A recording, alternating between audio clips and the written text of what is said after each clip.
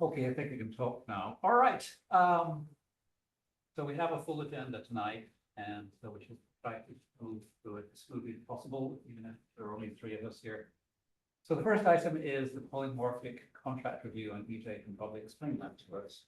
Yes, so before Matt's departure, and then since then, we have been in talks with a company called Polymorphic for new software at Town Hall. There's two elements of it. The first is on the website, an AI search feature that will make the website a lot more usable both for staff and residents. And then on the other end, a backend tool for us that we're hoping to use to streamline parts of our permitting processes, parts of our recreation like swimming and tennis. This contract, because of the currency limit or money limit, does not necessarily require council approval, but Councilmember Kumar asked that the contract be brought up at this work session. And so I'm happy to answer any questions. I also have with us on Zoom, I hope I don't mispronounce your name, Craig Danahall, who is the person we've been working with throughout the process. If you have any questions for him or any questions that I can answer. So Veer, this is the polymorphic contract review item, which you could express interest in, so. Oh, great, awesome. No questions. That's All right. a great idea. The, Debbie? No, I agree. When I read through it, I thought it sounded fabulous. And if PJ's comfortable with it, I am. So Shannon next, give her a chance. Elder himself, so Shannon. Yeah, I have no questions. All right, so good here. Maybe you can just walk us through what you're planning to do. And I'm sorry, I missed the introduction, so I don't know who's on, but would just love to hear, is it Frank? From your perspective, what you're planning to deliver for the town. Sure, absolutely. Thank you for having me. First off, it's good to meet you all.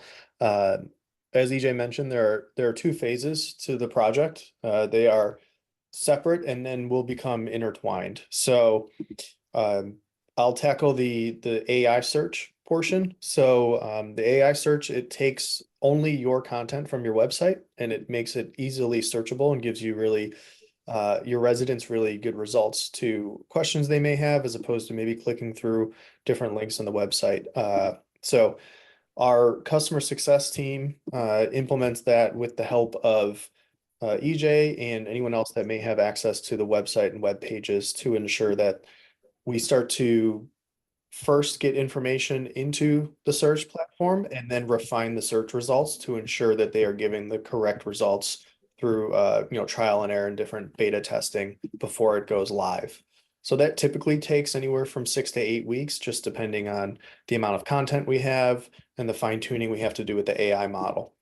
And then the other portion is the workflow and process improvement for things like EJ mentioned, permits, to reserve the pool, to reserve the tennis courts and things like that. So we would work with the people in charge of those processes now, learn how they work and the workflows and who's involved in each step, and then set that up as well on the back end. So if someone wants to submit, let's say, time for reserving the pool, they can come to your website, they can fill out the form, and then our back end software actually routes that process to the correct people in the city so they can approve that reservation and then send the reservation to the constituent. Now, when the constituent fills out that form, they get an email, they click a link, and they can see where they're at in the approval process.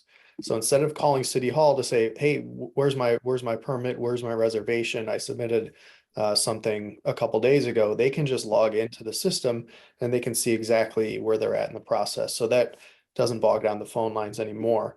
The way that those are intertwined then is then the AI search, let's say someone searches, how do I reserve time at the tennis court? It'll come up with an answer to say your step-by-step process, but there's a hyperlink they can click on that gets them into our portal that they can fill out the form and then follow along through the process. And that's how those two are intertwined at the end. The whole thing probably will take about 12 weeks or so to get live and fleshed out to ensure that it's working properly before going on the website. I had a quick follow-up.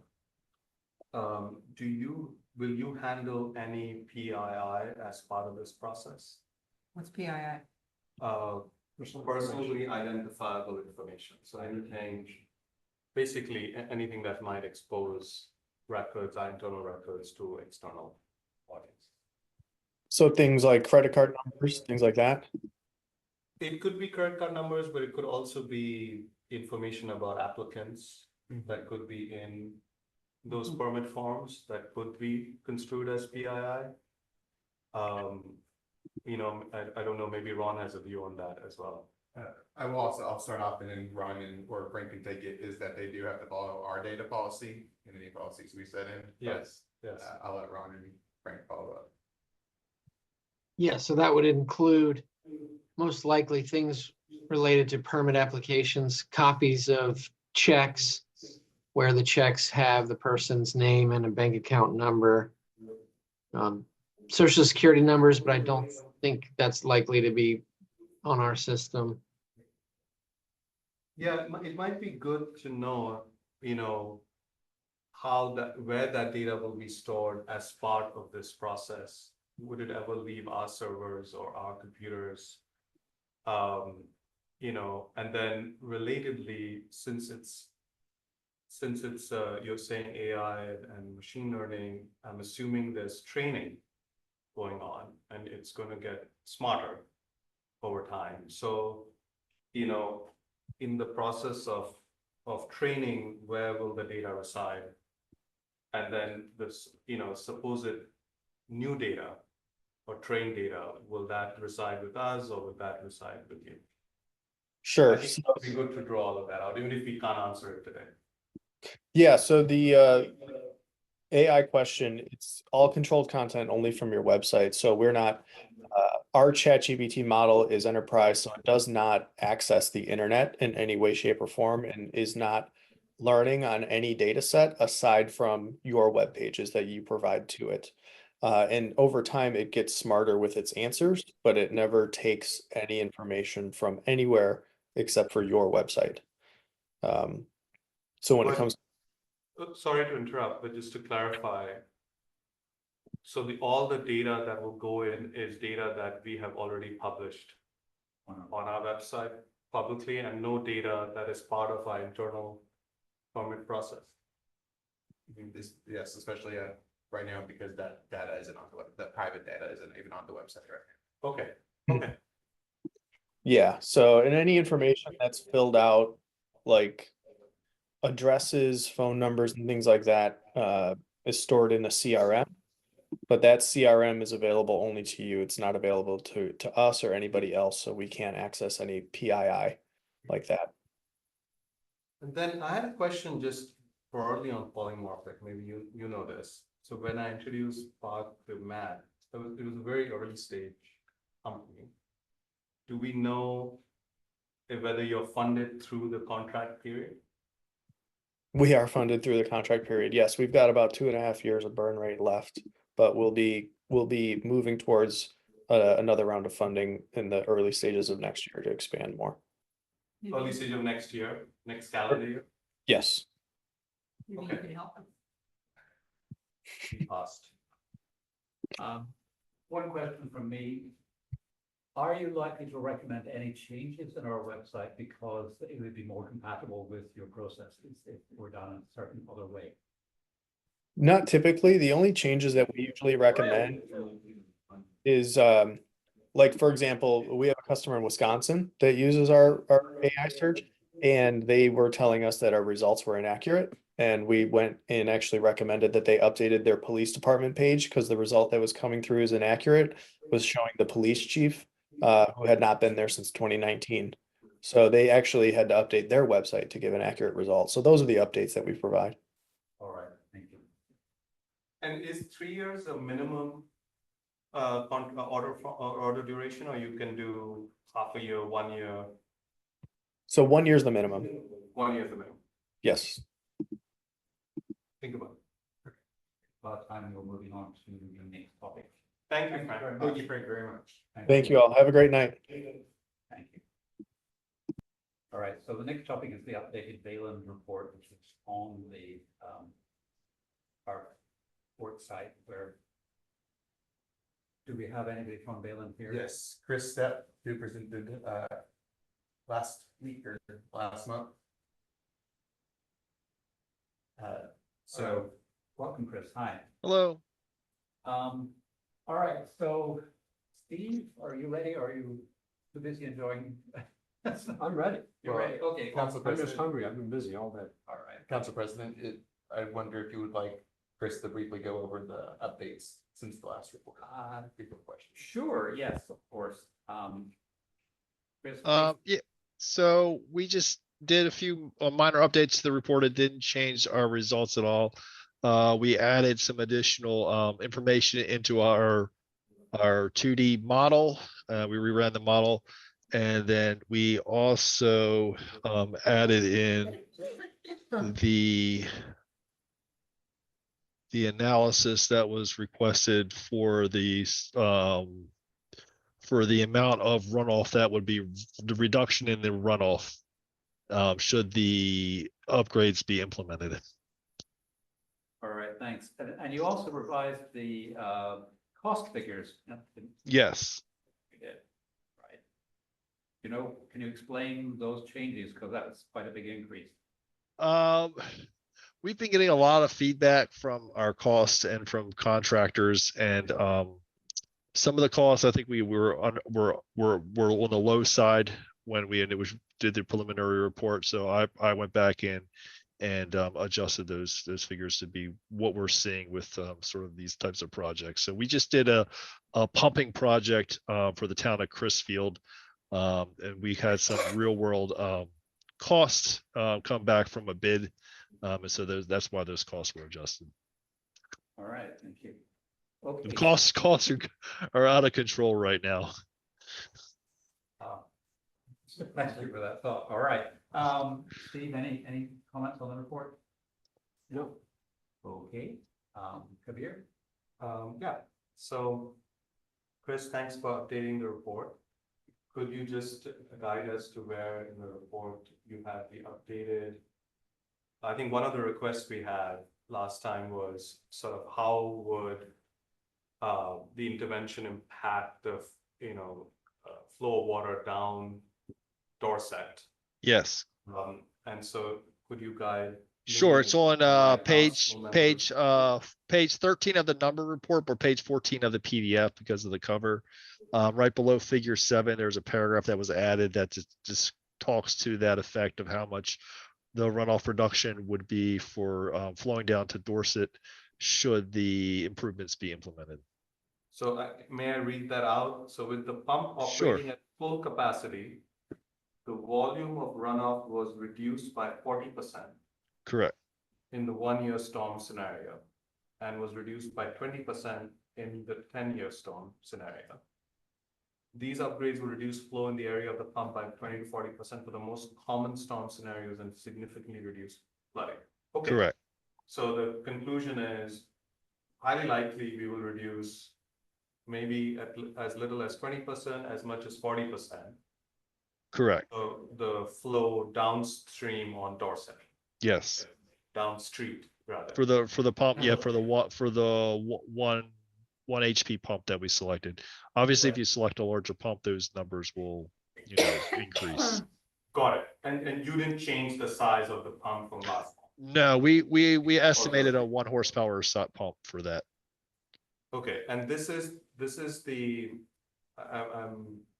I've had a long day too, I'm blanking on the exact. That's number. okay. But this is the system that sits between the two homes, right? Yes, sir.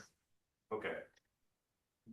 So it's specifically on that, or it's the 20 to 40% is inclusive of all the intervention? The majority of it is coming from the pumping, but there's a very small amount from the rain garden.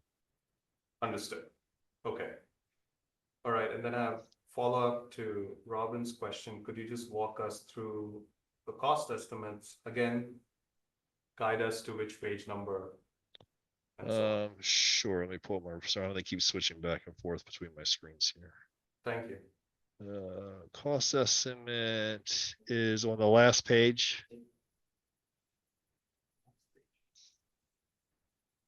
Page 51. Yes, sir. It's appendix So- D. Yes. Yes. Yes. Mhm.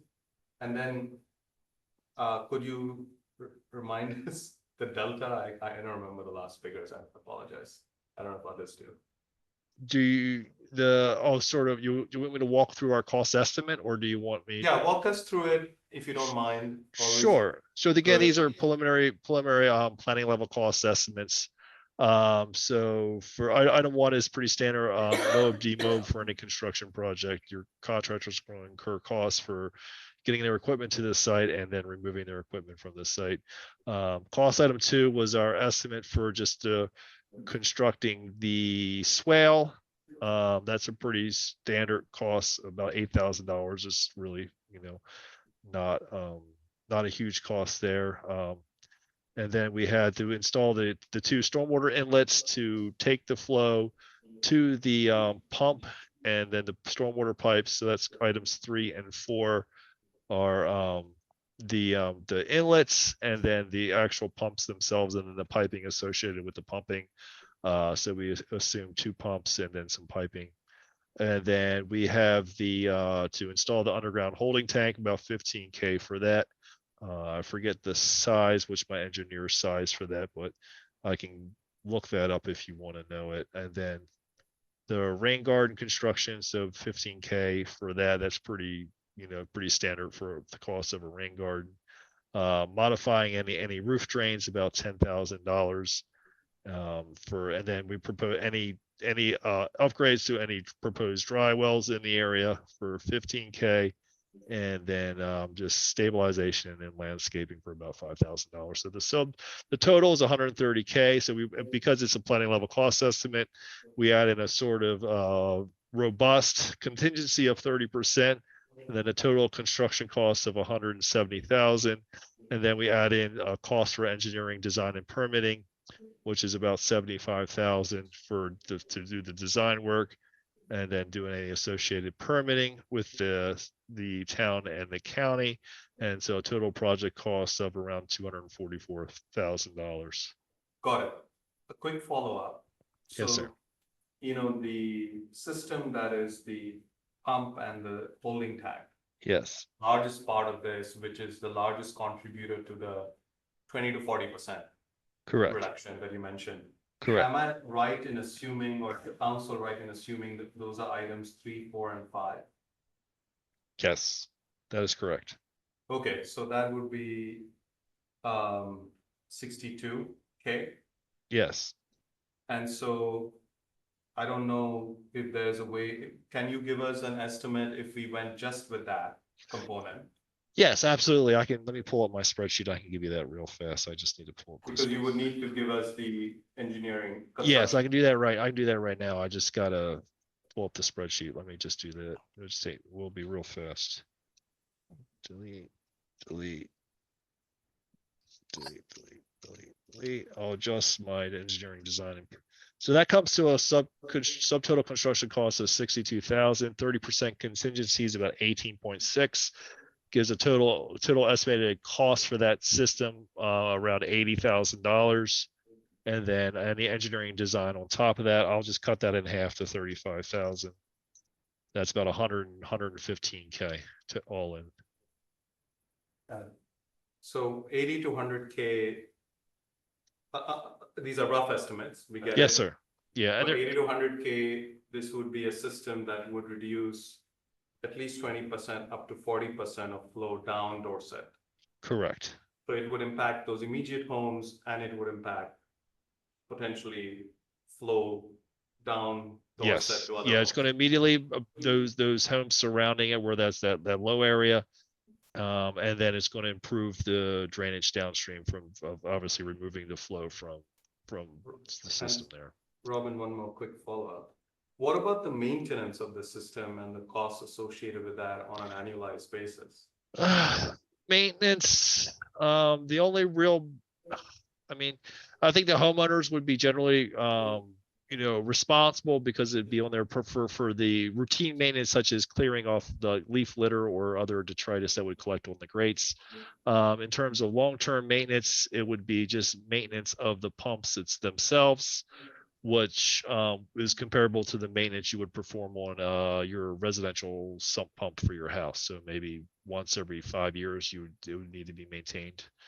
I've been in my house for almost 10 years and I've never maintained myself. It would just be, sort of that type of maintenance. Understood.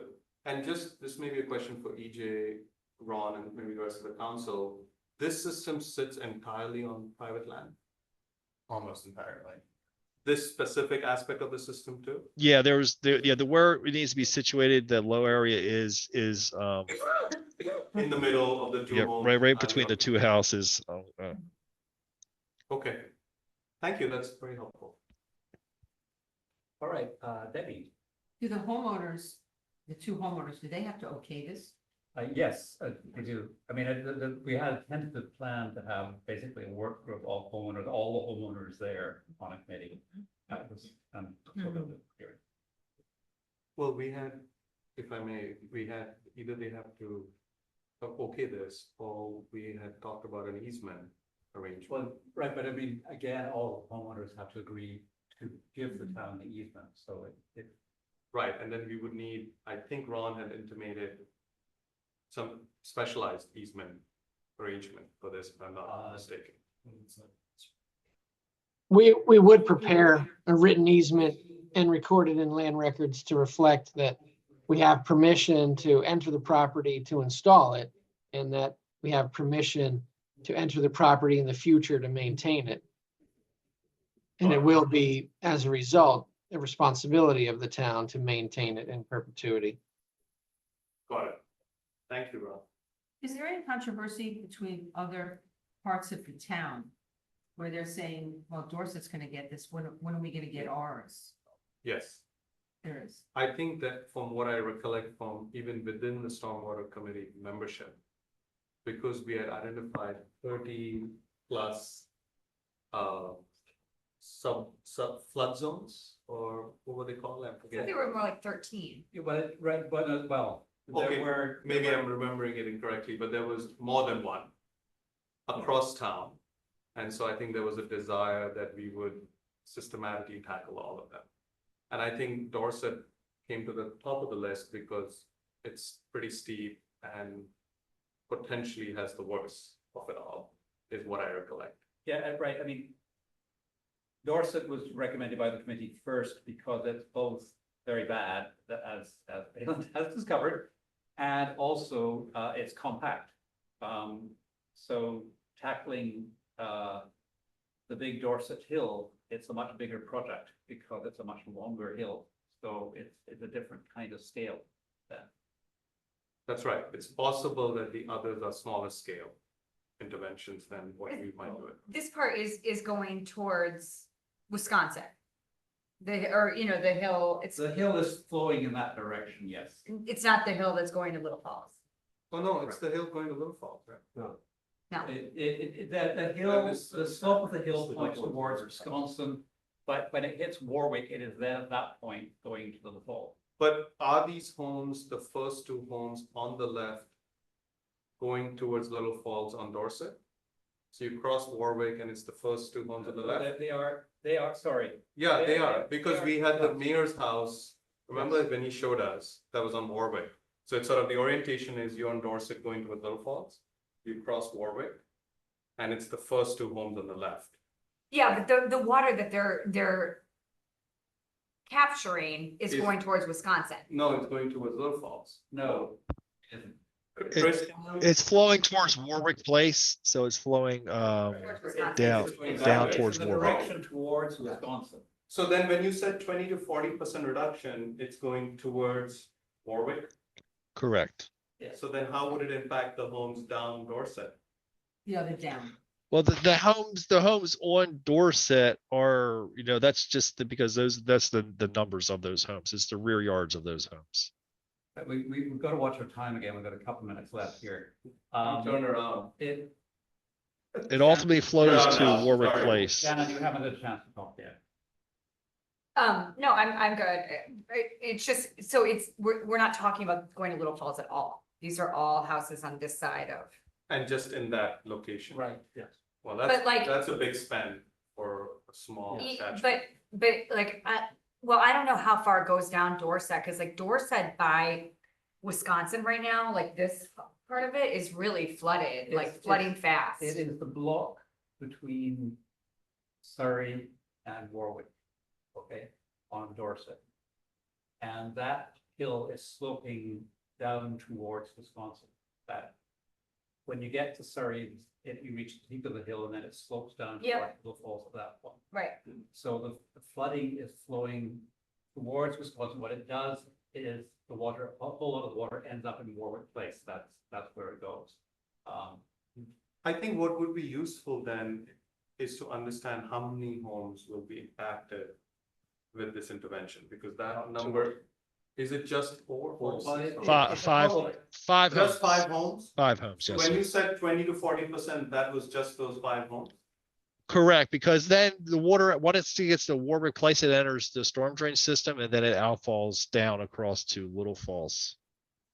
Right. All right. Again, to clarify, because Kabir, you keep on saying 20 to 40%, it's 40% for a 1-year storm. 1-year storms are much more common than 10-year storms. Understood. 10-year What were you storms saying? are the 20% value. So, if I have my nickel back for a moment, the question that I had that I'd like to at least think about if we want time to discuss it is cost sharing. I thought when we initially looked at stormwater management, we explored or discussed the possibility that like homeowners would contribute 50% and the town would contribute 50%. I can't recall if we even talked about specific numbers, but I thought there was some discussion of cost sharing. Is that still in play? Or are we looking at the town paying 100% of the cost of this or any other project? I don't think we ever got there. We Now haven't. would be the We time. haven't, Yeah. but I mean, I think it's pretty, I mean, no owner is gonna wanna spend a fraction of $240,000 on this project, I mean. Except the guys that are totally flooded all the time on Warwick. who have spent 240,000 Right, already. right, right. And they have already spent 240. Yeah. Probably at least. And Well, it that's hasn't part of the worked. survey, I see. in my next door neighbors. Yeah. So my thought then, if we're talking about the town paying the full amount, the town should look at the cost benefit of what we're doing. If we're spending any dollars, we should look at the cost benefit. of what we're Excellent doing. point, yes. Right. I think, I mean, let's finish this item because Chris needs the rest of the evening. Fair enough. So, Well, one other thing is that, remember the whole idea was that over time, that all of the issues would be addressed. Yes. You know, there would be like maybe a 10-year plan, and didn't the committee in the report prioritize the problem areas? yes, they did. I mean, So we start, see how this goes. Yes, I think it was always on the table that there would be cost sharing. And I think many of the people that responded to the survey said they would be willing to share the costs. right, but we haven't worked that out Right, yet. right. And it's a future discussion. Right now, we've got the report, we've Right. got the estimated costs, we've got to do our work. on One how thing we- to keep in mind about cost sharing, there will be homes that will be able to share, there will be many homes that would struggle financially to share. It's possible the homes we are talking about now can, but maybe in the other zones, they might struggle. That's Keep that in for mind. future discussion. I'd like to get Chris Yep. relieved. if possible. So, Thank you very much. for the You're update, you're Chris. relieved, Chris. thank you, Chris. Thank you, everyone. Right. Hold on. All right, so, and it's 6 o'clock has arrived and the update on composting publicity has arrived. EJ, why don't you start and summarize what you're planning for it and then Bart. Thank you, Council President. So, of course, at the, not the last council meeting, but the meeting before, the council approved the resolution to switch to opt-out composting. Since then, I've been working with Barton and the Environment Committee as well as compost crew to kind of figure out the logistics of it. It was decided that the best way to do the switch would for it to be to coincide with our new contract because our current contract with compost crew runs through August. And so I designed and reviewed an RFP that was made specifically in mind to the switch for this opt-out program that has now been published. And I'm hoping to bring a recommendation to the July meeting to be approved, July work session to be approved at the August council meeting. And But that's the then- recommendation for the new contractor. Yes, yes, and then the implementation of that contract would coincide with the actual start of opt-out. And then so we basically, in this current period, as opt-in, and then starting the next period would do opt-out.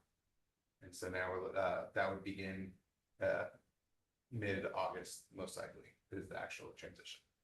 All right, thanks. And so Barton has a plan that he wants to discuss with us for how we advertise opt-out, and he's also asking for our ideas about it.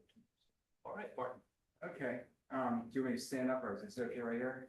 No, we It's a need work you to session. come over to the. Come Because near people the need to microphone. see. Where's the? We will imagine the mic. You want me to There's mic no- up? Justin has. I can use it. Here you go.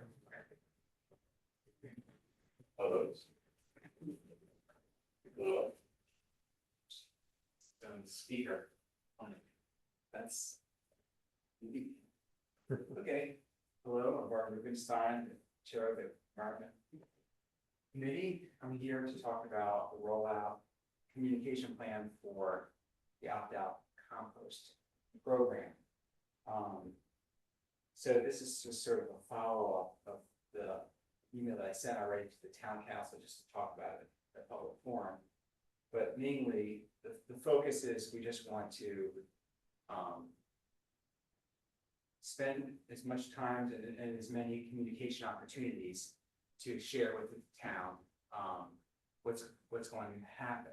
And basically, the idea, EJ has already, I don't know whether we can show that image, that sign that we got created today on the screen, or I don't know if that's possible. But the composting sign, which we've already posted in emails, the weekly announcements, that AJ will continue to do that on a weekly basis. Looks like that. And basically, it says, let's toast Somerset now composts, 50% presently compost starting August 15, 2024. Compost crew will deliver a bucket to everyone else. It's a free service. Place food scraps in your bucket, put it on the curb Monday night to see how easy it is. Compost scans QR code, which basically takes you to a video of me just sort of having a normal day with a compost bucket and putting food scraps and then walking it out to the side of the house where you dump it into your compost bucket. And then it also has, to opt out of this program, it's called Town Hall. In very small print. It's small, well, it is small now, but, we can make it bigger. It does look small, I had to go closer to it, so I'll be sure to make that larger. So that's the sign, and that sign will be placed, like I said, weekly announcements. Also, I've already done this will be the third Town Journal installment of an article about composting that we're about to release, that will come out for the July 1 Town Journal, and I don't know whether it's up to Leslie, whether she's gonna put it on the front page or not. Hopefully she will, it's up to her. Is it about the opt-in program? About the opt-out program. Opt-out yes. program, sorry. Yeah, yeah, so it's about that specifically, about how it works. So that's, I'm gonna get back to that more in detail in a second. And then in addition, we're gonna put up yard signs around town, the entrances to all the entrances of our town. And maybe a couple places on Dorset Avenue, like the town park, top of the Dorset, front of my house. So it'll be there for a good month, people to see, and if you want, we can even make a banner, but I don't think that's necessary.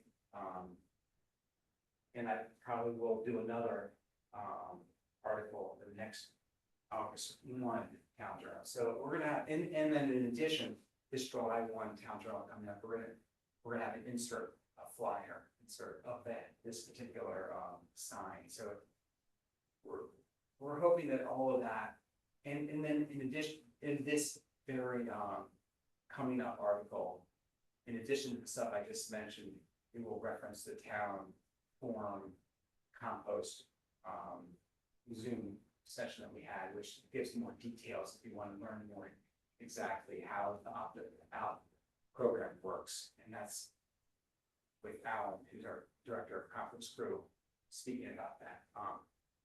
There are two things. One is, in addition to all that, BJ and Alan and myself, Alan from Compost Crew, are going to talk about how this rolls out in a seamless way, so that even when the buckets are delivered August 15, that they will be monitoring the use of the buckets.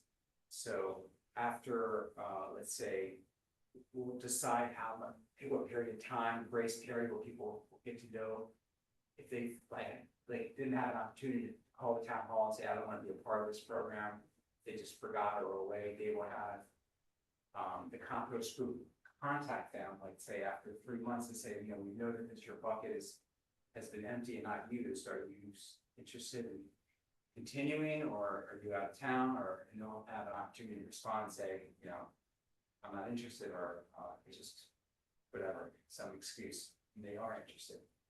So, and then, so that's how the buckets are going to be delivered. Then there'll be an opportunity after some period of time to take back their buckets if they're not being used. And financially speaking, there'll be some reimbursement for those buckets back to the town. There will be an expense just for the actual delivery, and it's a minimal expense, but there will be some expense just for them delivering and returning them. But it's nominal. So that's general. I don't know whether I answered your specific question. EJ, did I forget anything? I don't think so. Thanks. So Shannon, why don't you start? Well, I was just wondering on, like, I know it's not our official town government website or anything, but like, you know, I feel like this should be put on to the Somerset listserv and allow residents, because I feel like a lot of residents do get their information, you know, from Sarah Morris's listserv. So I'm happy to do that. I'll need sort of the blessing of the town, because I think I've been encouraged not to do. Well, he can put anything on there, it's prepared by the. So problem. Right, like I just feel like that's a way to Yeah. get the Well, it's knowledge out There's, there. remember, we put it on all the media now. Yeah, And we have Facebook, LinkedIn, all that. So Yeah. anything will go out and all that. EJ is going to put it in the last, aren't you? Right. So And I'm happy to add it to Sarah Morse's listserv. yeah, like just, As you a know, I would practice. just say like, you know, great new program coming to Somerset. You know, opportunity to have everyone compost and, you know, talk about why, or, you know, I think that Right. that would be, If you have any questions, please contact. yeah, me. a good introduction, and it gets people that don't follow other places, I Yes. think. And I've been doing that for some time, just with all the environment related initiatives that we've done. So I'll continue to do it for this one. All right, Yeah, I would put it on there as soon as we can.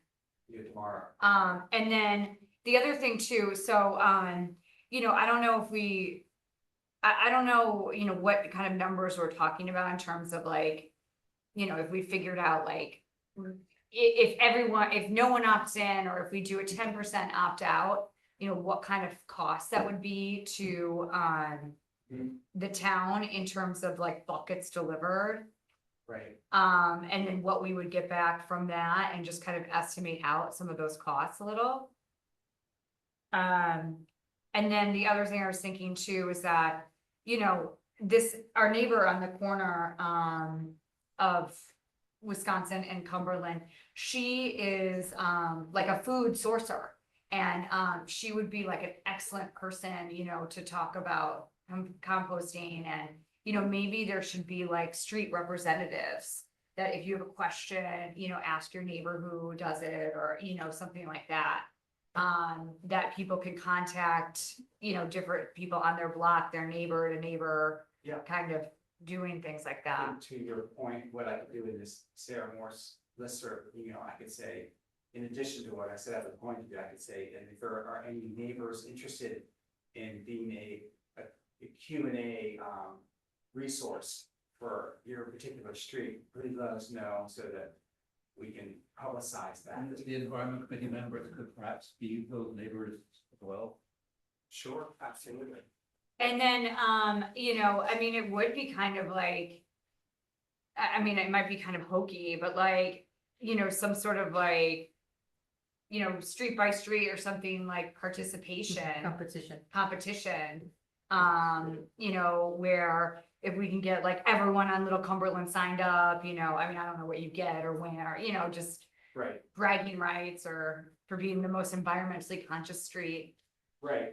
So that's, you know, that's, I mean, we want to engage everyone, so there's no doubt that I like those instincts and I think it's gonna be, you know, as you might know, this article that I'm writing for the Town Journal, Angela also Brooks, who's our, you know, running for US Senator, she just completed curbside composting for the entire county, Prince George's.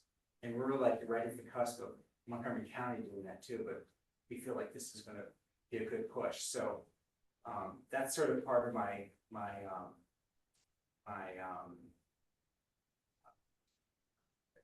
impetus for this article is to show that, you know, we have an opportunity to be the guiding light for Montgomery County, so that's a little bit to your message.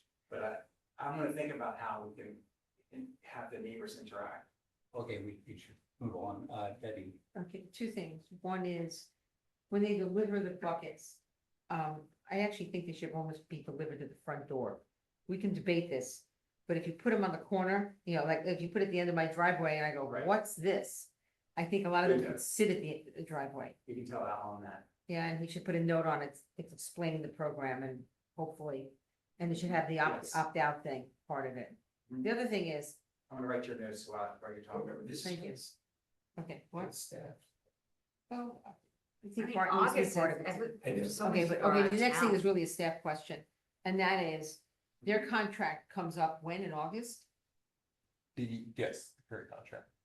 So, until we approve their contract, should they really be delivering buckets Well, they wouldn't start delivering buckets until their the contract's contract, approved? because the contract would be approved at the beginning of August. Okay, because And then should because- something go awry where we change contractors or whatever, But we'll have to make an announcement to the town. The budget, Yeah. no, the, okay, that was the only thing, sorry. Right, do you? Yes, thank you. So I'm excited about the program. We compost at home. I have a couple ideas on, I just want to share on the flyer. Okay, Um, go ahead. and I would just run through them. I would just say, let's toast Somerset compost. We've been composting for a couple of years. We're gonna increase the program. It's not like we're not doing it now, we're gonna do it tomorrow. We compost. Talk about 50% presently compost. I don't see any, and I noticed in the articles, but in the flyer, there's nothing that jumps out as to why we want to compost. And it could just be a single line like, reduce landfill waste and fight climate change or something like that. Okay. It doesn't have to be too technical, but I think that would be Sure. strong. I like it. And I had a neighbor complain about the comment, this is a free service. So it's at no cost to the individual. Right. But it's not free to the town. The town's gonna be spending, the town is investing in this. And Right, that needs to be clarified. Yeah, maybe say like, no extra cost to you or something to. Right. No cost to the residents. No extra cost, because we do pay for it, the residents, they Via their they do taxes. pay for it. So it needs to be saying there's no extra cost to you or something. right, and no extra cost or this is a town investment and you don't need to pay anything extra, something like that. I don't have the answer there. Right. I had a neighbor Right, say, that's not correct. That's deceiving. It's like, Yes, no, we do, I would like to make it clear, and I also like to make the sign as simple as possible, so people are I not know, gonna see that's the it. problem. So the more you say, then the more. But less, complicated. less attention they're gonna give to it. At no cost to you, it's pretty simple, down. isn't it? how about no No extra extra costs, because we are paying for it. So it's no extra, or no out of pocket, no extra out of pocket costs, you know, Okay, something like that, might, you know, make it short and sweet. Because I know you want, I understand what you want to do. Got it. I like out of pocket. That's a sort of a physical thing. I don't have to take any dollars out of my actual Right. pocket, even though you actually do, but whatever. It's nothing extra. And I like your embedded video. I think that's great. Yeah. I get, all right. Come here, that's it. I'm really Will you glad- send me, will you share your notes with me or? Sure, I'll send you an email. Those things. Very glad, no comments on the process, sounds pretty thorough. I think Shannon was mentioning this, typically at least a number of families that I know are away in August. Mhm. Right, just keep that in mind. And starting August 15 means that will be the first day of pickup, or will be the delivery. So That's when the delivery is. Pickups are always Tuesday morning. there'll be the 19th. I mean, I would I mean, I don't know, I know, no one wants to push it back, but I would push it back to September when people are back in town. Or just be patient because you have folks out of town and I Right. know it'll be start of school. Yeah, but if, But but if it's delivered to your house and you even know it's You're not around. coming and you're I'm not, fine either way, We, but I do know that a lot of folks will. No, if you're away in August and Yeah. you put that bucket on my front porch, So it's just- telling everybody I'm right, not that home. yeah, exactly. And, We- It's not good for like public safety, you Right. know? That's a good And point. I would be mad if I was away and someone put something out on my steps that I didn't know about. Well, we could move it up. I think 2 weeks is not really very big. We can thing. try Okay. I think you should do September. 1. Yeah. And I think when EJ and myself and Alan talk about the exact date, we're gonna get his input too, because he knows like the subtleties of how people do things. So Mhm. but to your point, I think that's a good thing to consider, like roll it out. All right, post Labor Day then. After All right. Labor Day, yeah. Post Labor, okay, and then just be clear that, put the pickup date as the start date. For the month, it will be the first Right. pickup, Well, because you will deliver it sometime before that. Yeah. The bulk. Yeah. And then, All right, it's all good. I'll be the Fallstone captain. way to go, Daddy. All right, thank you. Thank you, Barton. Thank you. Very much. All right, we're gonna move on to the updated resolution on privacy, and we have a member of the communications committee here also. So,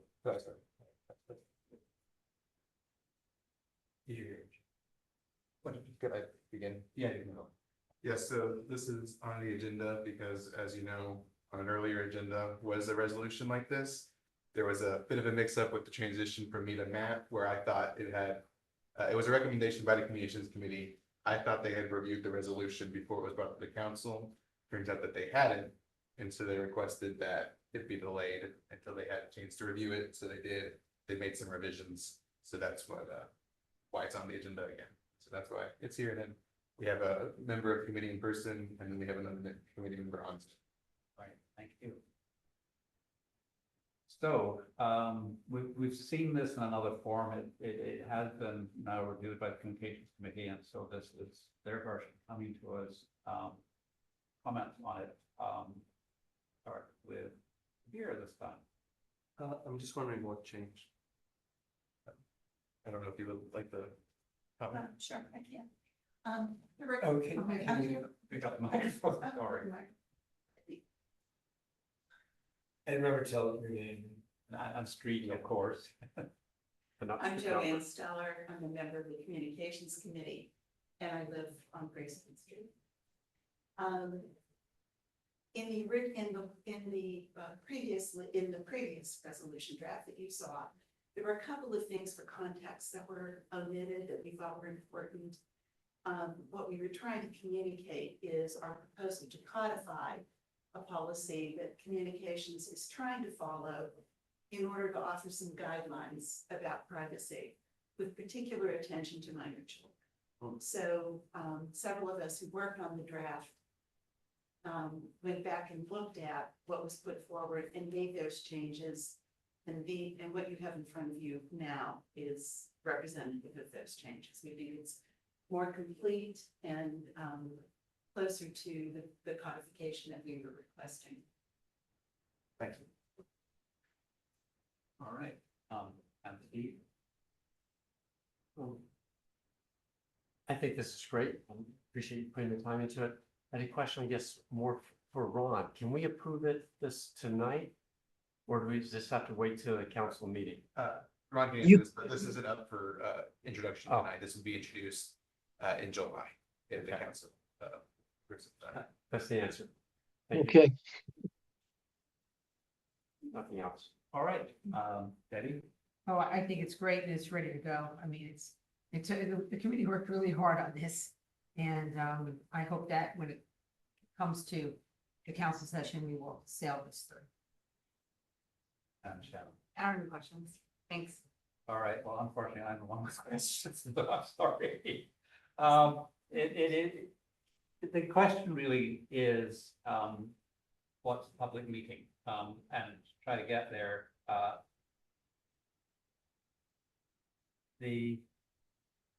one of the whereases is it is important to respect the privacy rights of individuals under the age of 18 identified by name and pictures and photographs used for public dissemination and to obtain proper consent and authorized party their use in any media format. The one immediately above that says, town of Somerset recognizes that the town is not required to obtain consent to use images, photographs, and or videos taken in public settings where there is no reasonable expectation of privacy.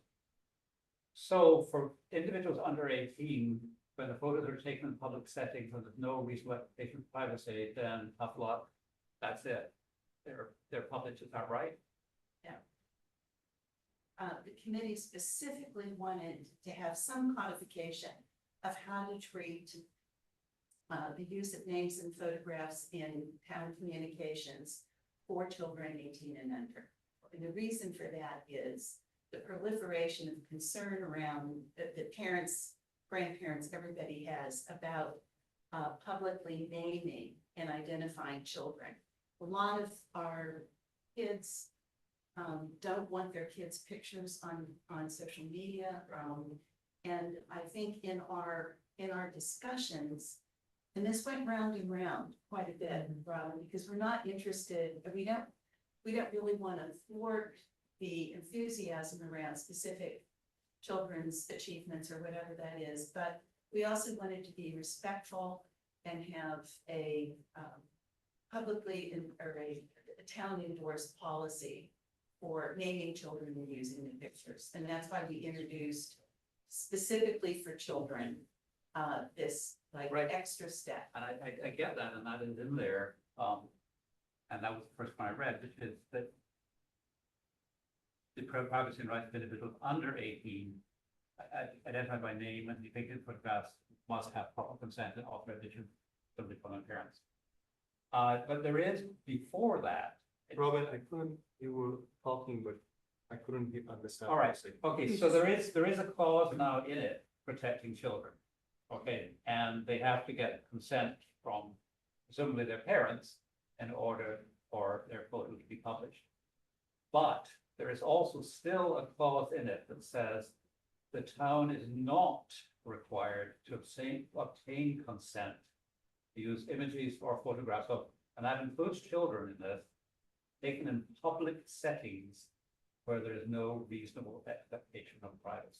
If I may jump in Go just for a second, is the difference in these clauses is if there's if I've been at the pool, like the newcomers party, is the difference between taking a picture and just having a general picture of the newcomers party versus identifying everybody in the picture. So that's kind of the, So what it's Separation. supposed to say is that we can use images, photographs, or videos when no one is identified in it.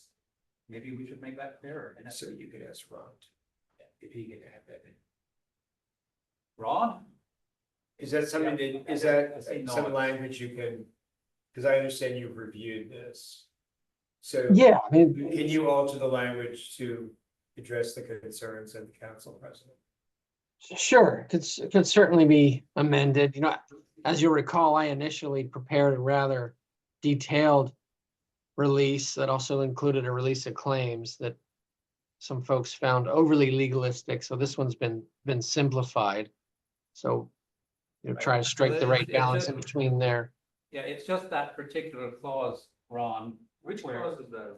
It It's is, it's above the children one. Which one? Bottom of the first page Bottom of and the then first top of the page and second top of the page. second. and it's Where's the the town? one with the not in it, Where- it's the bottom of the first page, is where the town's public records that is not required to change, it's that one. It's the very last one on the first page. And it's just to explain where no names are. Not used, identified. Yeah, I think it's clear as written. Because there's no mention of names one way or the other, it just talks about the images. Well, I mean, if I could run through that and see it as inconsistent with the next one, that's my problem. Because the next one talks about names. I mean, that's fine, maybe we can change it, but if we want to keep it simple, Do you have a proposed, Yeah. Yeah, it's right, I mean, it's just where no names are where identified would you add that? in that first thought. At the end of it? Well, somewhere in there, yeah, I mean, No, let's do it right now. Town recognizes that towns are required to obtain consent. I'd rather that Ron develop it with time consideration rather than doing it in public at the meeting. The idea is just. Well, we can indicate clear in it now, right, to this be introduced. Clause that when no names are identified, then there's no expectation of protecting privacy. Ron, if you could add a phrase now, we could then greenlight it now to be introduced in July. Well, I don't think he wants to. No, I So, don't. think- well, He could just send me, Send it by. remember, it's just an introduction, so. Fine. Okay. Okay. Any other questions from anyone? Oh, thank you. We're getting there. We are. Thank you. Thanks, Joanne. Thank Come you. again.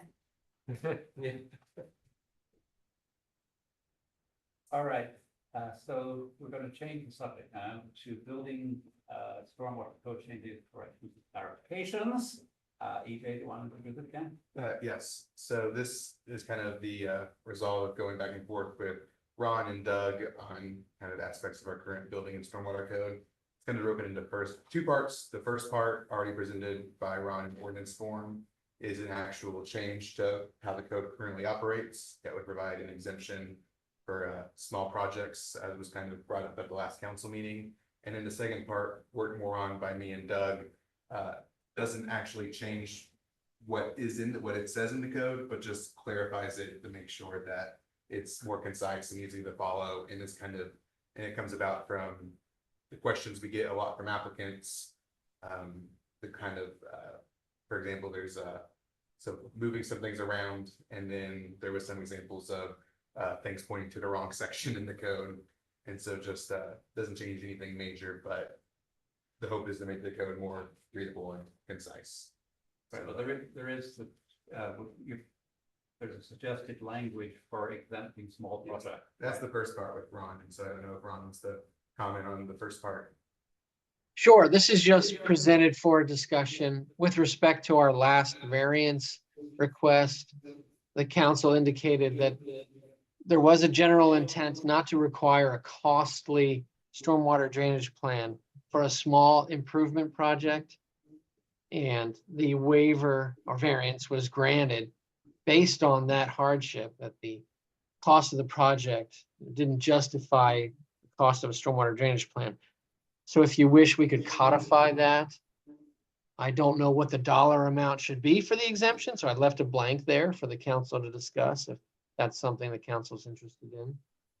So as written here, it would just say that you always need a stormwater drainage plan for new construction.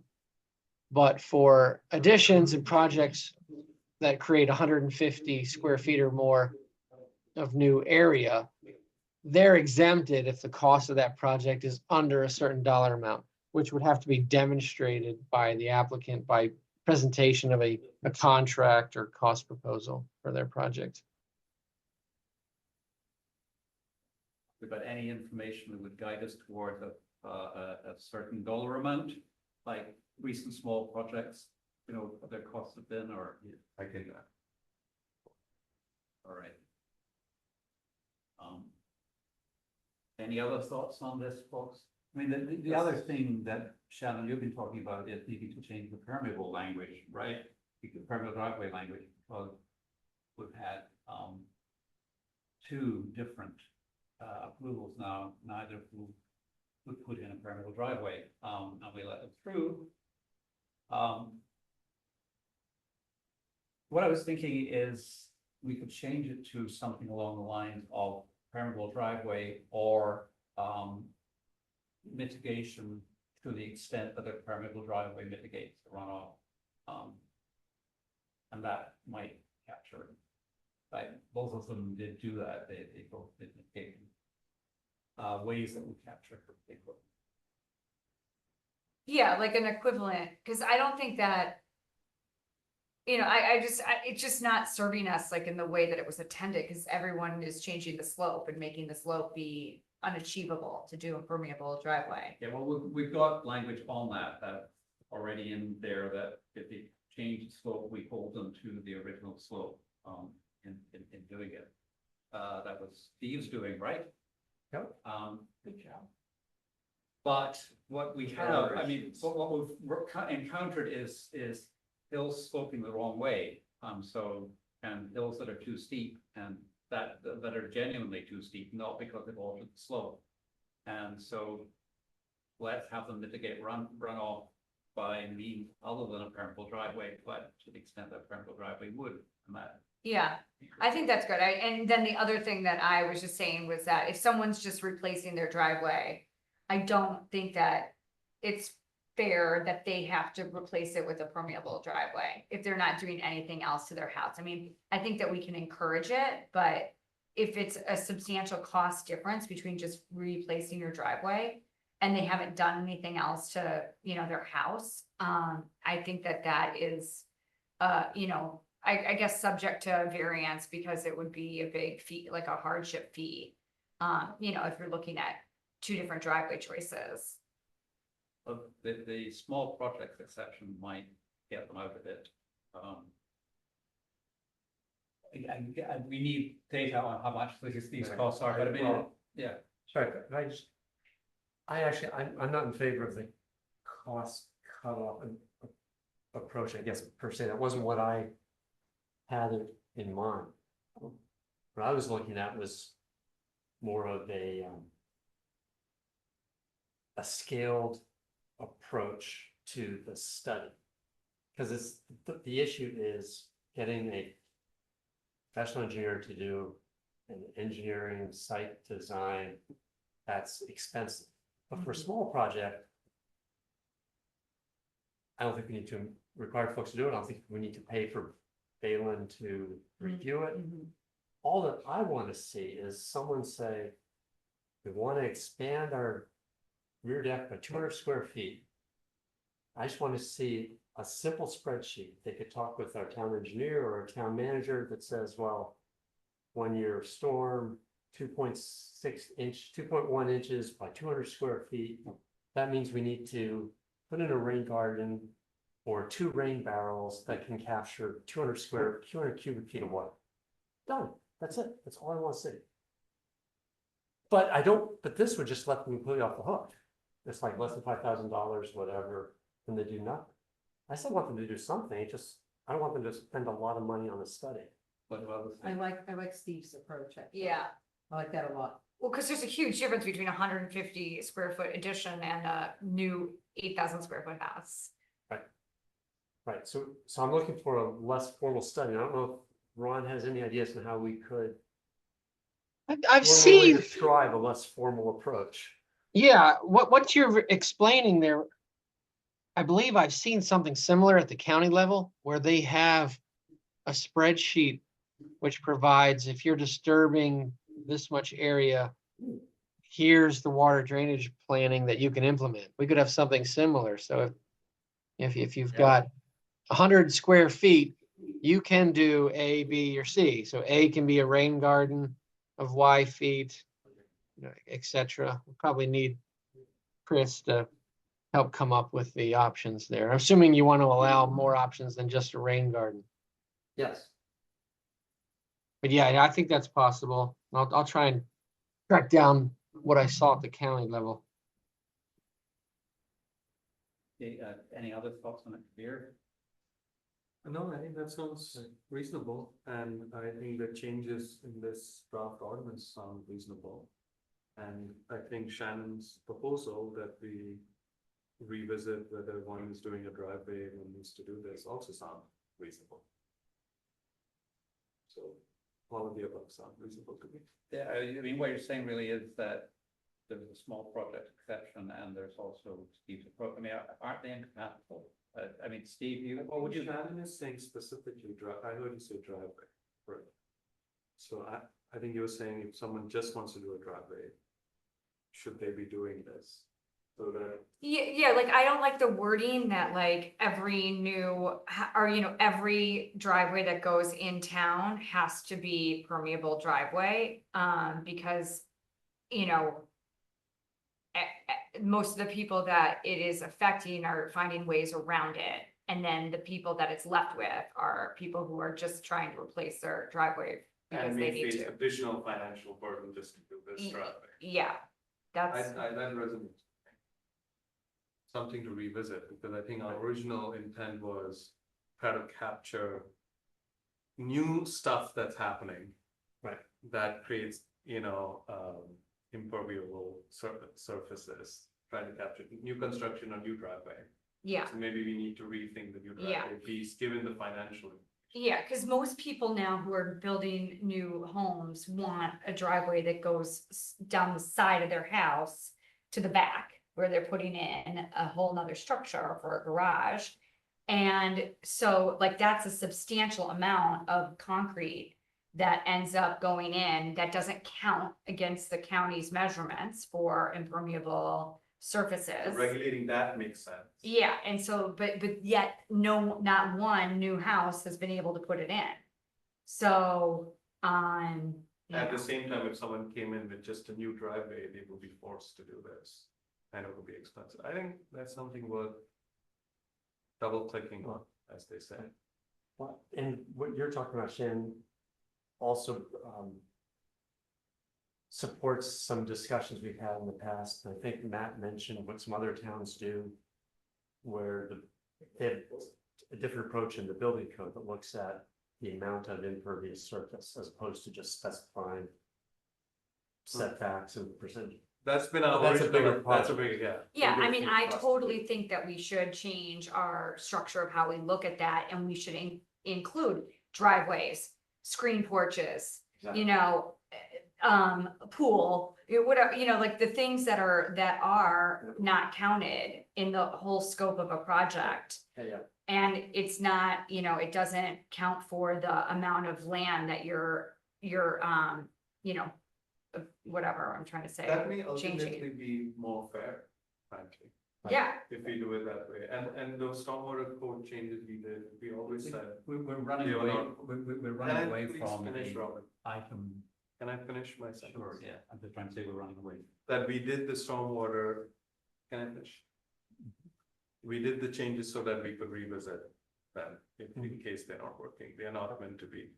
yeah, and you know, it's interesting because I was reading Debbie, your thing that you sent out about the county zoning. And, you know, it said something in there about these houses and, you know, no matter where your stance is on whether or not we want to make multi-unit homes. It does say that the setbacks and stuff have to be followed. You know, how it's structured up. Now, we, again, don't know what that means for us versus Montgomery County. However, if we have, you know, some sort of, you know, we expect X percentage of these lots to be permeable versus impermeable, that's gonna help, you know, leave some green space eventually for all of these lots. Agreed. Yep. Agreed. But I think for this language here, other than the cost one, the others I think are reasonable, right? Yeah, Yeah. What's reasonable, sorry, The the language is. page 2, bottom of page 2 and top of page 2C. 3, yeah. Right, that's at the heart of this. I think those are reasonable, but we are talking about some new stuff that we should. do All sooner right. rather than later. Yes. Steve, were you unhappy with that cost-based approach? Yes, was not happy. Like I other would than prefer C, to yeah. characterize whether it's a small or large project by saying, like, small projects are less than 500 square feet. So if you're between 150 and 500 square feet, you can just do the little spreadsheet, whatever that Ron was referring to. It's about 500 square feet. Maybe you need to ask a variance from the town committee. you still don't think it applies. I'm open to that. All right. So, and Ron, you were going to try to write something along those lines after looking at the county guidance on it, right? Yes, I'll do that. And could I please ask Steve to repeat that suggestion for the range? For projects from 150 to 500 square feet would be considered small projects that do not require a formal ESD. And Got do it. not require the Bayland review, Got it. something along those lines. Okay. All right. Any other questions around this? Okay, So is this gonna, do you want this to be introduced? I think we need to see the language from Ron. So Yeah, we're- probably We'll come premature. back next month. Yeah, so Next next work session. next work session, yeah. The later. But then there's also the clarifications after.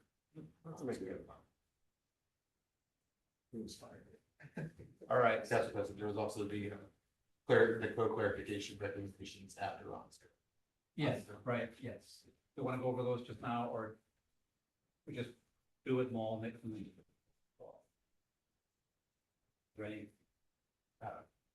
We can wait a month just so that we do it all. I don't think there's any urgency, right? Right, okay, so we can wait a month, all right, good. We've got 2 minutes if we want to go and get a snack, Debbie, or. I'm good. All right. The next item is the council liaison committee assignments. I sent the spreadsheet around, as a Google sheet, which you had difficulty accessing, so I kind of had. I got it. You got it, you were good, Shannon was good, Kabir, you had a chance to get it. I got it. Did you want us to fill it in? Well, yes, you don't need to fill it in tonight, I'm just saying, I want to make sure. Oh, yeah, I did. I wasn't sure what you, I 100% got it. I can fill it in. You got it, you can fill it in. I'm You sure. said it is filled in. Well, I fill it in for 24, but what I asked you for was confirm those assignments. I may have some wrong. Secondly, by all means, put in what you want to do in 25 and in there, so we can all see where we all want to be. Steve, you have got no assignment. You can take any of mine you want to go with. I not saying I won't do any, but I will do some, but mine are open if you Are want. there, besides the CCCFH that I'm on, are there any other outside committees that the council members are on? Well, yes, I'm on the MML, so. I'm on the Yeah. transportation, right? Do you go? Okay, so first of all, Council President Barr is on the county solid waste. That's different. But that's other appointed- council, but- That is appointed by. the Solid waste also. MML. That is appointed by the MML Montgomery chapter.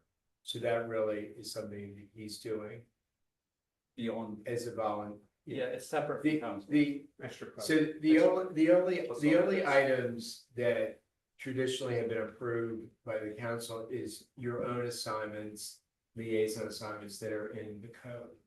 Now, Robin put other things on there, for example, he's on the committee, which is appointed by the, and like I said, by the MML chapter, but all of you could do that too.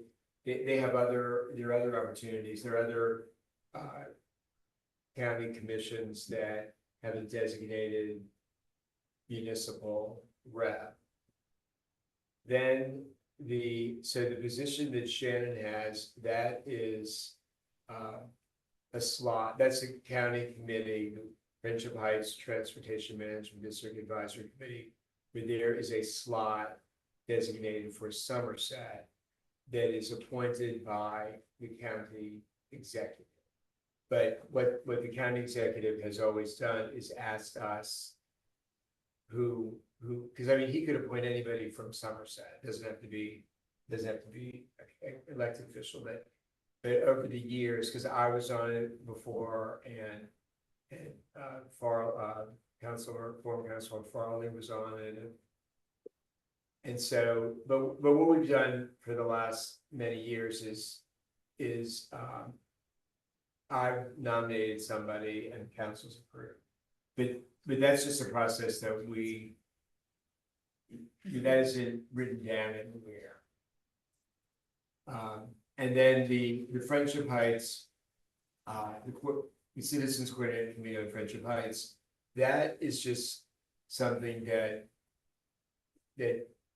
traditionally one person has volunteered to attend, but honestly, everybody should attend that when they can and should follow the information. The same with the chapter. So Council President Barr has been going to all the chapter meetings, but they're open to all of us, and I would encourage people to go, everybody What to go. chapter? Well, it is the Montgomery Montgomery County Chapter chapter of of the the Maryland Maryland Municipal Municipal League. And I would also encourage you to serve on, it's too late for this year, but to serve on Maryland Municipal League committees.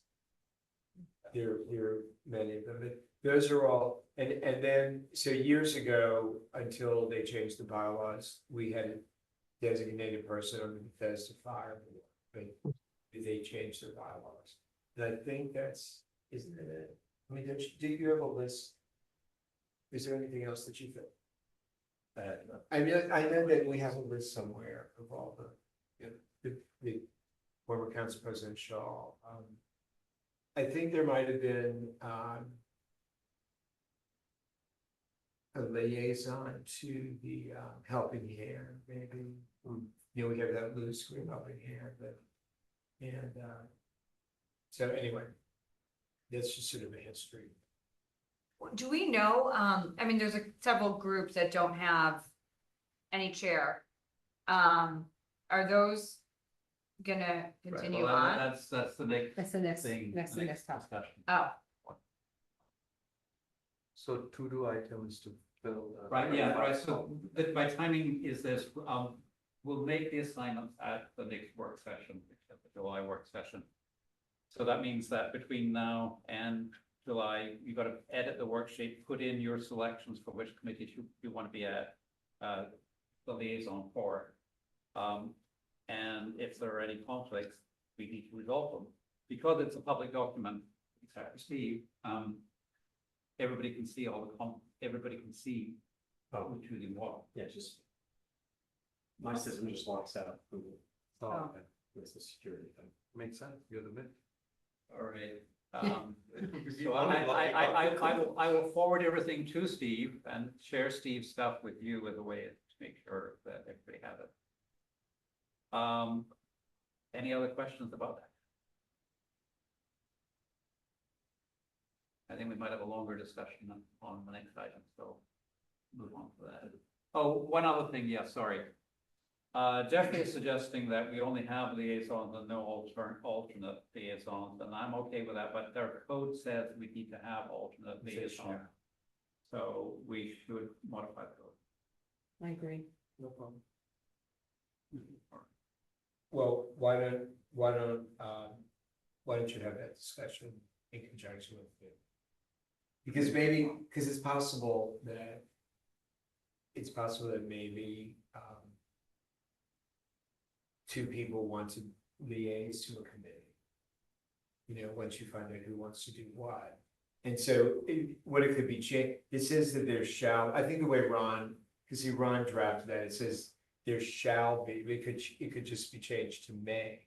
And then whatever the council is, you could. Makes sense. So, but I think that you can have that discussion at the time. Very reasonable. Okay.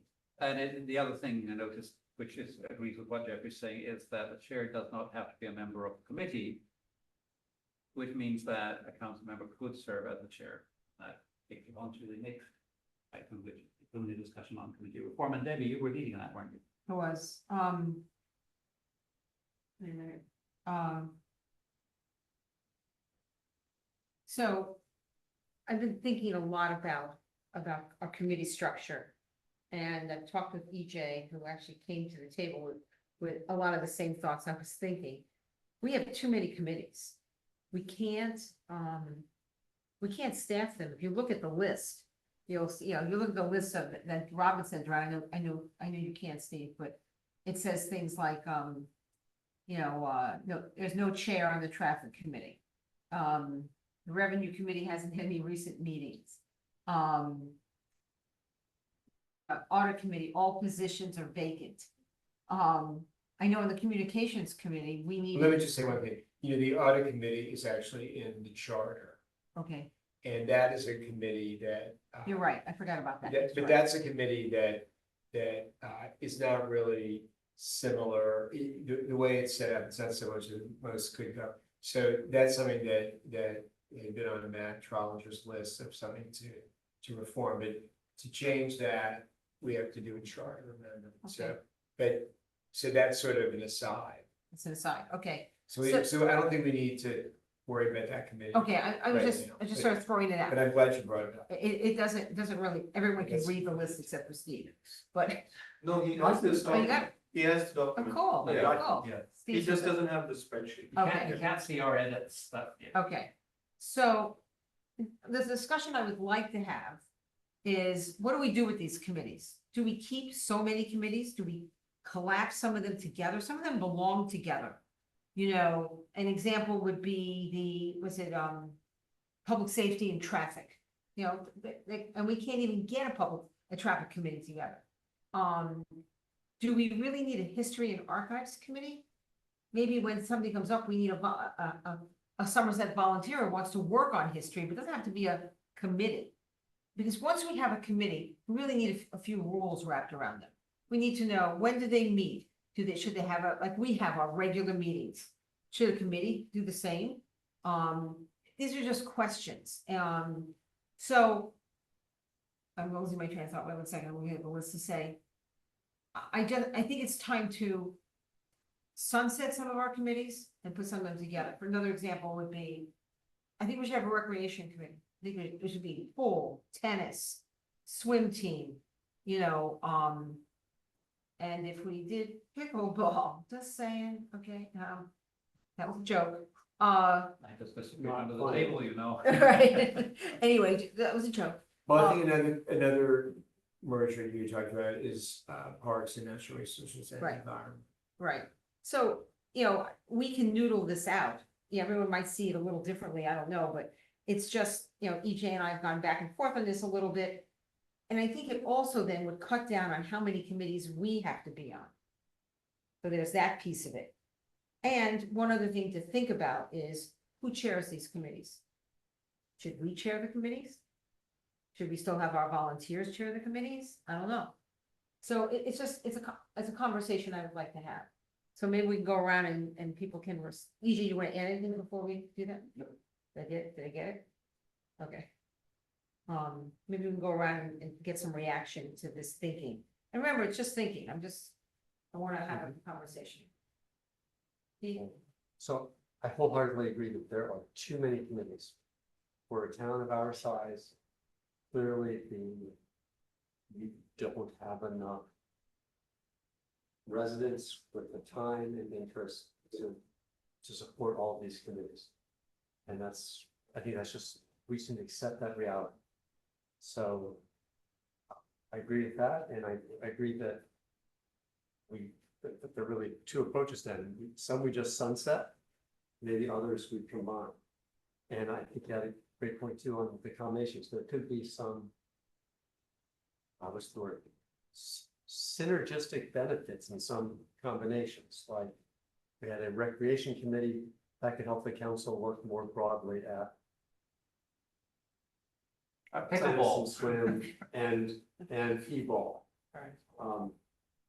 Or just as a, for example. And maybe you mentioned, maybe the communications and history can be combined. Because I think they're all important subjects, and I'm very frustrated that we do not have an active equity and inclusion committee. I don't have a good idea there. One other idea I did want to suggest though is our youth committee, either as a committee or maybe with outreach to the youth in the town, like high school juniors and seniors, we can get some of those individuals to at least join the committee. Maybe they wouldn't be the chair, but they could join, Right. and that'd be great. there's possibilities to engage the youth right here if we can get them to come. I'm sorry. I mean, the part of the problem of drinking with committee is that the chairs that, the ones that are inactive and the ones that are active don't quite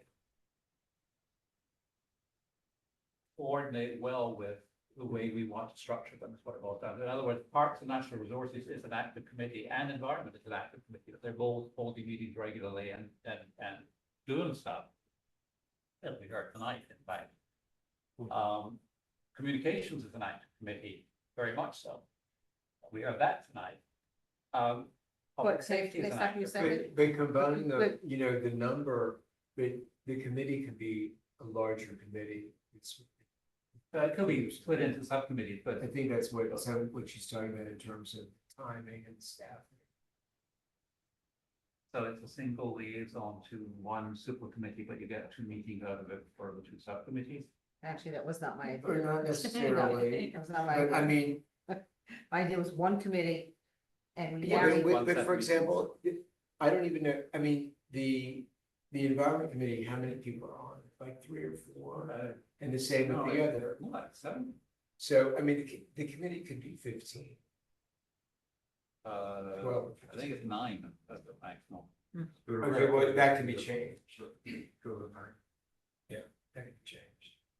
Well, I mean, I think that we should look at it based on the committees that are active and working and then try to figure out maybe the other ones that aren't. Like, I know that, you know, in the Public Safety Committee, which is active, and, you know, a lot of stuff has come up about traffic. And so it totally makes sense to roll traffic into the Public Safety Committee. And, you know, it's It doesn't. Yes, I think practically speaking, the traffic committee is dead at the moment because we can't get a chair and it's short of members, so let's put it in public safety committee. But the parking is not a public safety issue, but it is very dear to the traffic committee. You know, so there are things, if we put it in there, public safety committee has to expand its mission somewhat. to- Yeah, but it could be parking's called- important to It could public be safety. called public safety and traffic. Yeah, Yeah. I mean, You know, That's all, fine. that's what legislative bodies do all the time.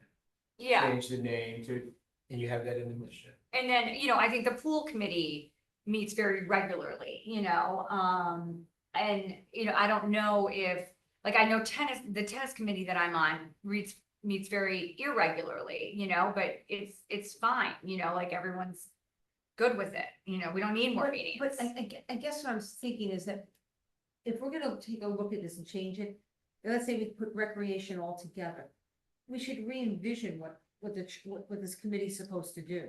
So we look at the whole. Right.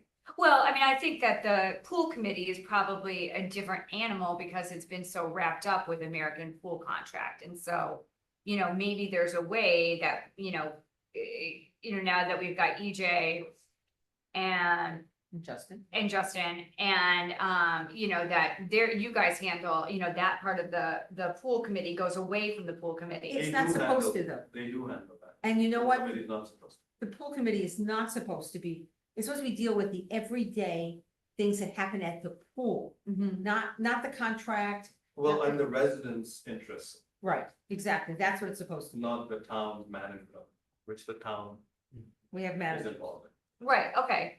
Okay, so then if it is, so then it's not as big a function, so then it could be tennis and swim and pool.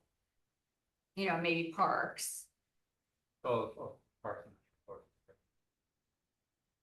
but you know, we developed that revenue committee, I don't think that anything's happened with that. Not really.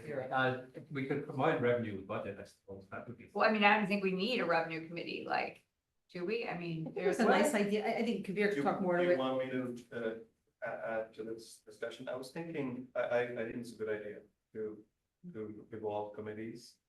I think it's a good idea to combine budget and revenue, and I think the budget committee needs a finance function. The outgoing chair, new budget committee members, especially one that has signed on, Peter Tynan. And then we've had conversations with EJ and Linda. I think it would be helpful for them. that the committee has a finance function, which is the finance ops function of the town, not just the budget prep. So I think that makes sense.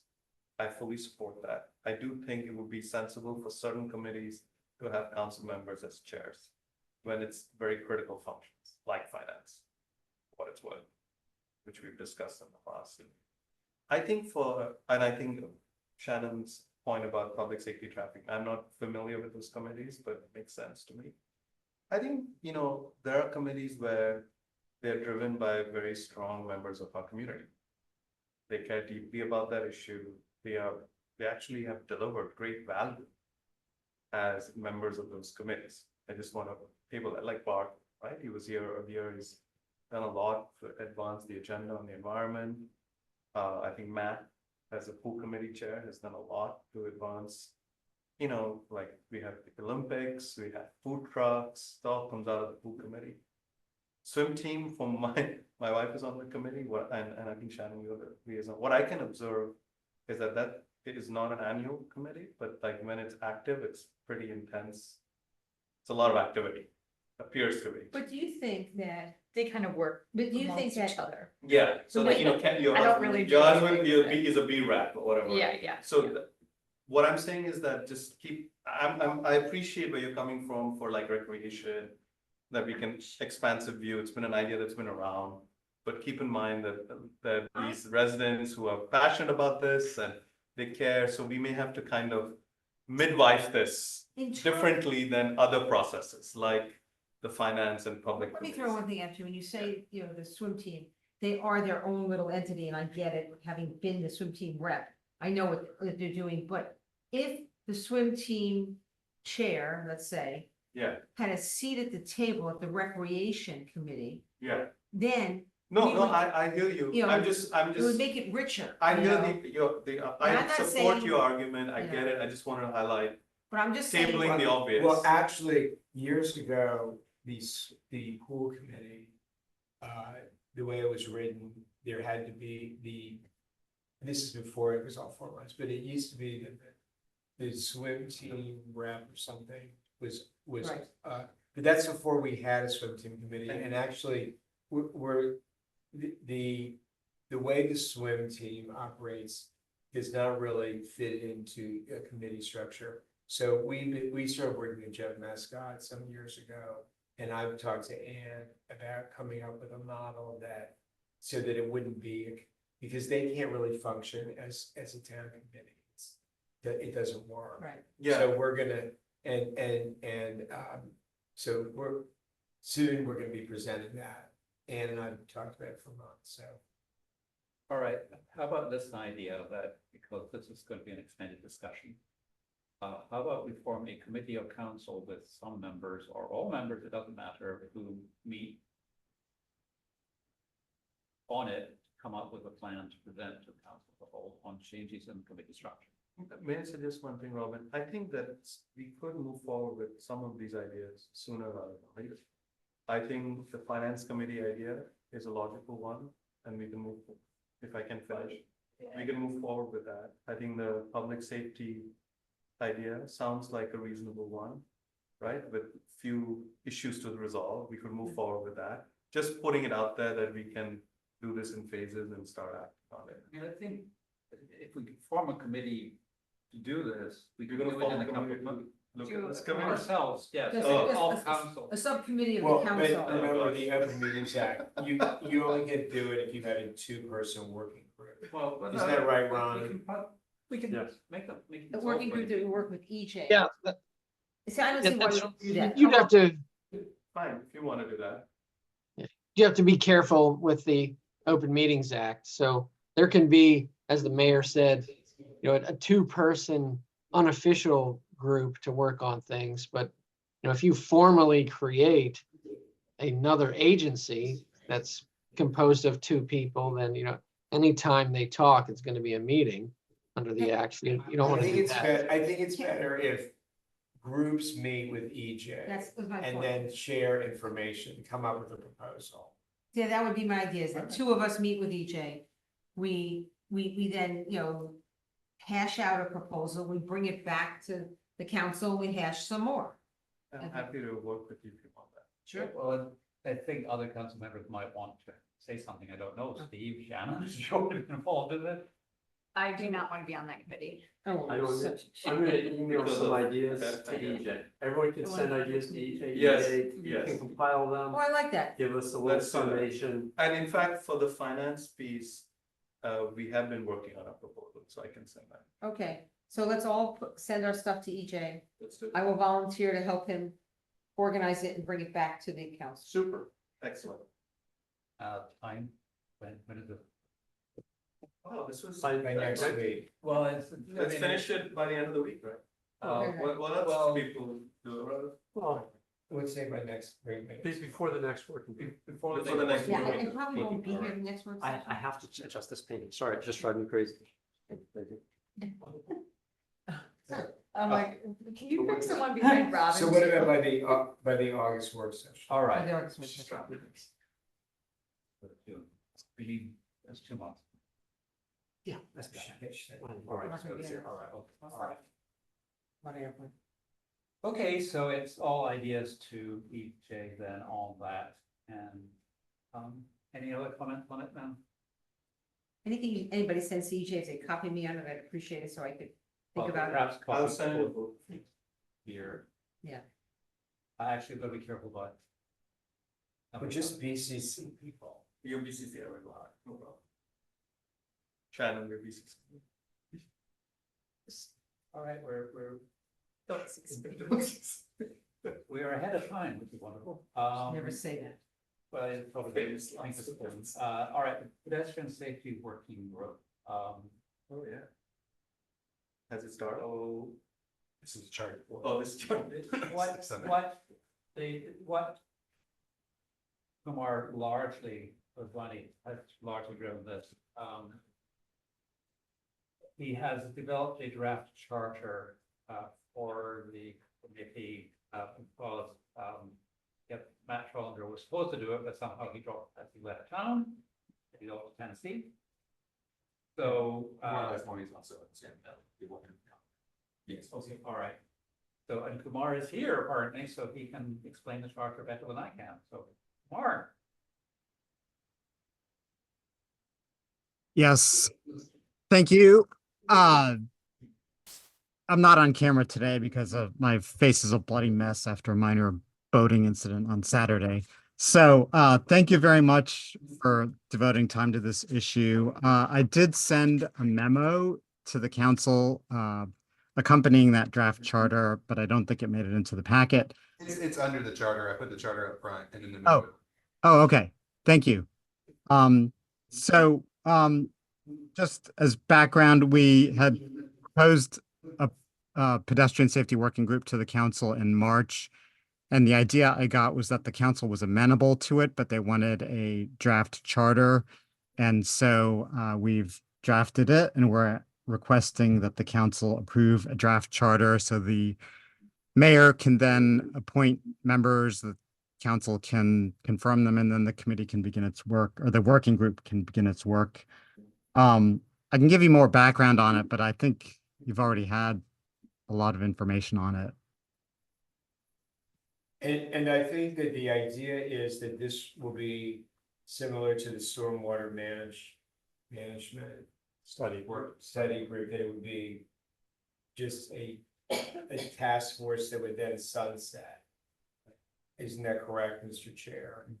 Right. What we wrote in the charter is that it would expire June 30th, 2025. Is that And that's enough? Is that enough time or, Yes. You can always extend it. I suppose, yeah, all right. So the idea tonight is just whether you want this forwarded to the July council meeting for consideration. Yeah, I read it, I had no concerns with it, so I am happy myself, but what others think?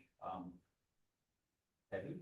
I guess I had a couple of thoughts.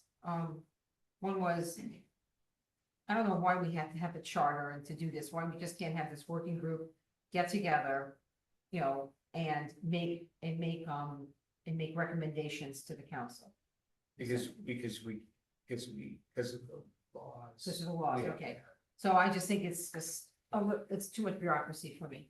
But, okay, if we're gonna have it, we're gonna have it, but, so this group will, do they walk the neighborhood and look at the streets? Why don't you ask the Oh. chair? Oh, right, So.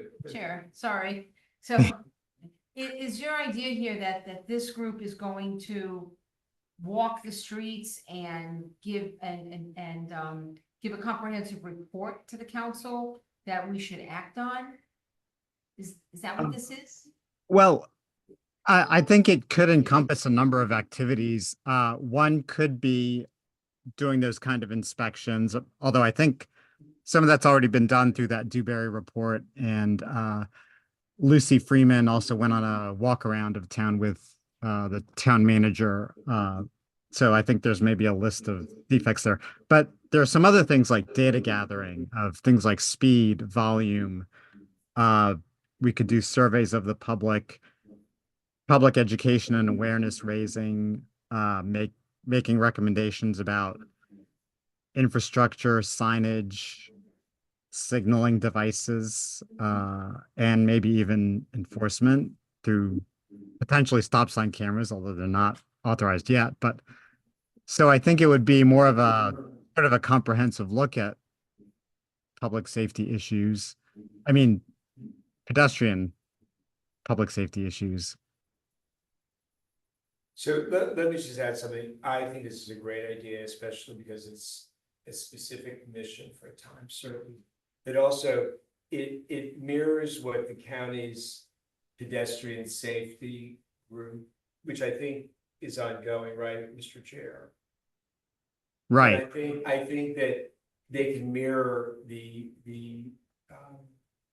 mission of that group. For example, that group is the group that suggested this sidewalk. There's a whole sidewalk system in the county. And the sidewalk that we got about 15 years ago from Metro to Bradley Lane, which was somewhat controversial. On the other side. of That the was street. recommended by, yes, and some of our residents opposed that because they had to take down a lot of trees, which actually were a danger to pedestrians and cars. But anyway, so I see this group as similar to what that group does. Because pedestrian safety is a science. And I think they'll look at what are the options here. I mean, perhaps they're gonna recommend areas of the town that sidewalks are needed that the council can then put in future capital budgets. You know, there's certain parts of the town where the residents have requested sidewalk, right? Mhm. And this doesn't, Dewberry didn't already do this for us? Parts of it. I think my understanding is that this pedestrian safety would be kind of like reviewing Dewberry's work. is my understanding. It's a way more complicated topic than just from one report. Mhm. Right, I think Dewberry's focused Yeah. on sidewalks. In streets. Yeah. All right, Steve, you go next. What, any thoughts? Just to confirm, this is a working group that reports to the council as opposed to the public safety committee. Is that correct? Yeah, it's drawn from members of different committees. In fact. Yeah, no question. I think this is great. All right. I like the structure. And Kabir? Will it have a leaders? Shannon? Well, it should have a liaison. Well, it's part of the public safety committee, so. No, it doesn't. No, It's it's not separate. that- You can add that to the. I would say the other Proposal. thing, it does kind of reads like the charter of this new committee we just discussed. That is public safety and traffic, so I'm just wondering, it feels very similar to existing functionality that Well, exists maybe we'll elsewhere. morph into that. Kumar could perhaps. Just to comment on point that out. And then thirdly, I just want to make sure, EJ, that this is additive to you and not like another group you have to answer to. And I just don't want this to Debbie's point about bureaucracy, create gum in the system. When we already have budgeted for sidewalks, already budget for taking care of dark zones for streetlights. These are all gonna be active projects the next fiscal year. So just to keep all of that in mind, as long as you feel comfortable, I don't wanna put you on the spot, but to the extent that it's not gonna gum the system up, I will be okay with it. I don't wanna deflate any town residents' energies for walking the streets and pointing out that there are no sidewalks, which I can list right now, by the way. Since we are a 2-acre community. All right, thanks, here, and Shannon. Yeah, I mean, I think that it's okay. All right, good. No, I mean, there are about 5 different committees that all recommended this, and it goes from things like, plants overgrowing the sidewalk from over enthusiastic plantings by residents. What about that? Well, that, some of them are blocking signs now, so you. But that is a function of the town stuff. That's kind of, Right. the next agenda item is kind of related as I Yeah, thought. about right, but it goes from that to the discovery recently of different places in town where there's a very sharp drop off from the sidewalk to the road, so that if somebody would fall a trip there, they could easily sprain an ankle. Robert, that's been documented multiple times by Lucy, by Marty. Okay, well, all right, so. But why isn't this part of the public, it sounds like public safety. To things like, with the new LED lights installed, there are still dark spots in town. Be aware of that. We budgeted to address that, right? We ran a whole budget process and we have budgeted to address that. Really? Yes, it's in the budget.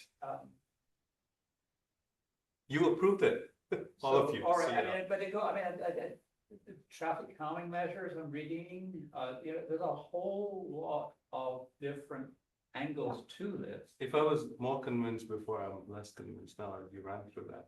What were you gonna say? Well, I mean, I think, and Kumar can, feel free to chime in if I'm not speaking correctly, but. I mean, I think this was really developed when Public Safety Committee, wasn't associated with the Traffic Committee. And, so it was like, let's get traffic. I think Parks and Rec, they're on it. Catherine Coleman's involved for like ADA, compliance, sidewalks, like, that kind of stuff. To me, it does sound like it really falls under public safety. It's like a giant umbrella of public safety, a bit. The new conceptualized group that we were talking about earlier, is that what you mean? Why can't the public safety committee have a subcommittee of pedestrian issues? I think it does, that's what Shannon is saying, that it is. Well, there's just, I mean, when you think about public safety, if we are to loop traffic in and look at like the ways that we can kind of consolidate some of these committees, I think we really should look at, public safety and what that really means, because there's so many elements to it. And traffic is certainly one. And sidewalks are definitely them, and walking and lighting and. ADA compliance on that. Yeah, it's all, it's all connected, but the pool too, the pool. And how we handle parties and the walking fencing, in and the all that fencing of the stuff. pool, yeah. The fencing of the pool, I mean, that's all public safety, 100%. too, so. I feel like a discussion after where we talked about collapsing committees to then talk about starting another effective Again, short-term this committee. is a working group with an end date. I know, but it seems like we're adding another group to the mix. Well, We already have the But functionality in an it's not existing. more volunteers because it's taking people from from committees that are already established. And it's for 1 year. What do you think? Leslie? I think it's, my sense is that there are volunteers ready to work, to join this working group, This letter. let them do it. I'm not sure it's necessary, but it maybe gives a nice, gives All right, structure. fine. It's for 1 year. Fine, no. So good- remember, good all you're point. doing is moving this. Good, forward. good. But You I convinced agree, Christie. but I think So we're happy to introduce. maybe a that. recommendation of the working group will be to extend public safety committee in a year from now. Or maybe we reduce the. Well, time- it actually can be, The I time think- limit on this. I think, Mr. Town Attorney, since this is similar to a committee, I can put it on the agenda at the next meeting, right? It doesn't need to be introduced. Yes, Mr. Mayor, that's right. Yeah, So if three of you wanted this to move forward, then we'll put it on the. We'll do, three, Sure. yeah, four, we've got 4 months, all right. Okay, All right, fun thought, let's go. yes, so, And- EJ, it's your turn at bat. Real work. So there's been some resident comments and concerns recently kind of along sidewalks and pedestrian safety as well as pool security. And so I thought it would be good to kind of just, I can go into detail more than what's on the page, but kind of run through kind of what steps the staff have taken, what we're currently in the middle of doing, and what's being planned on. So after I go through everything, I'd be happy to answer any questions. So starting with the streetscape, we just got done with the LED streetlight installation. I think it's helped a lot at night, and then we were identifying, or I've identified dark spots, and they're gonna look at ways to alleviate those. Overgrown vegetation, I've been sending out batches of notices to different residents about their overgrown vegetation. The success rate has been, well, pretty every resident has responded and has taken action. 100% success rate. Yeah, so how it's kind of working is we send out our code enforcement officer to officially set pictures, so we just send them literally the exact issue, and then they cut it back and we confirm. So that's been going very well, and I'm gonna be sending out another batch soon. Then, as Council President Robin talked about, a concern of some of residents is that our sidewalks have drop offs where the edge of the sidewalk is raised compared to their next to it. And I'm going and beginning the process of dealing with that. I'm working with our building engineer to kind of decide the best way to do it, whether it's something that we should just as easy as packing with dirt, or if there's some type of natural thing, or if there needs to be some sort of addition to the sidewalk. So kind of looking at different ways to handle that. Similarly, some parts of the sidewalk have been lifted by tree roots or cracked, creating several tripping hazards throughout town. I'm currently working with Classic Concrete, because I've worked in town before on some of these worst spots to start off with. So hopefully that will be, it's in their report right now, I'm ready for that. I'm just waiting for them to actually send over the pricing and everything like that. So I'm hoping to do that sidewalk work throughout the summer. Next, kind of going to the streets, is Public Safety Committee has brought forward concerns about a speed bump on Dorset that isn't up to specifications. We're currently working with WSSC because we believe it was caused by after a water main break last year. We believe they didn't properly repave it, and so we're working with WSSC because they should be doing it. Then secondly, there's some other spots around town with pavement issues. The Public Safety Committee has also included recommended that we repair some rumble strips on Dorset. Kind of an issue that we're running through on some of these is when I'm talking with our code enforcement officer or building engineer, talking with companies, is that we can't just say, oh, we have this one small thing, because right now there's so many opportunities for work that it's just not it's not convenient for them. So currently working with our code enforcement officer to basically make a list where they provide them enough work that's worth for them actually coming out. And so we're working on that. That takes a little bit of time, but that's in progress. So I'm hoping that we can get that list done soon and begin that work soon. And then kind of going into, that's all kind of immediate and short term. Going into long term, we partnered with Viewberry originally for an assessment of our streets and sidewalks. Now they are they sent over a scope of work for the creation of a master plan, where basically it takes not only all the information that they plugged in their different assessments, but then the assessments we've had in the past, like the peers and peers. They had sent that, but then after conversations, they went back to modify some things, so I'm still waiting to get it back. It's taking a bit it's taking a bit longer just because part of what we budgeted for next year is renovation work on the pool bridge. And so I've asked them, I thought it might be a good idea to try to include that in this scope, so I've asked them to just do a basic assessment to see if we should continue the pool bridge as part of this project, or if we should just have it be its own thing. So that's kind of what's going on currently with the streets and sidewalks. And then on pool, comment briefly on just pool in general, is I was talking with some members of American Pool today, Gerald Seawright, and then Helen Carter, who's our pool manager. They say that the day-to-day operations are going quite well. As we kind of started the season, there's been some issues we've had to deal with, but as they popped up, we have fixed them, and so far, those fixes are all working, and so that's been really good. Then I'm still setting up a date, and I'm gonna be inviting the members of the pool renovation working group once I have a date, to do a walkthrough with Rob Smith, who was in charge of the renovation project, just to kind of. Yeah, exactly. So I'm trying to get that scheduled. Yeah, he just got back from vacation, so. And then in the next off season, we're looking at doing some more big projects at the pool, including potentially doing solar panels, a new awning structure, and replacing the existing fence, and then that goes into security. So first is the fence. The plan is to replace it with something much harder to bypass. Yes, taller, taller. Begin with. Yes. Spikes at the top. Yes, taller and Electrified. and stronger, for sure. Crushed glass.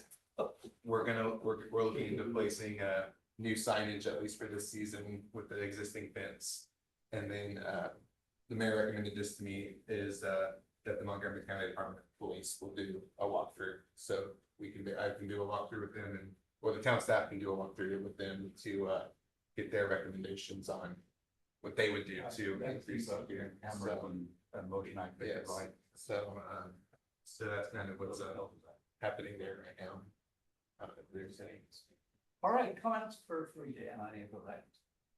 Well, so, I mean, we did have cameras, like Matt at some point last year or like the year before. We have the operation, The cameras are there. but it's very hard to see. They're very grainy.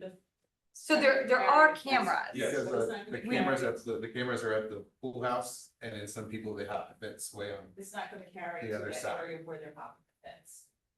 Okay, so more cameras, in or so much different, places. different placed cameras. The biggest deterrent was gonna be a hard to So you scale. walk through there, Right. man, I walked with a police officer last It can year. be Landmines. And you have to wait till the off season to replace the fence, because Right. the pool requires a fence by law, so if we took out the fence, we'd have to close. Got it. Yeah, don't forget. Okay, so on the there are fence- cameras, cause I'm like, I feel like I had heard that. They are.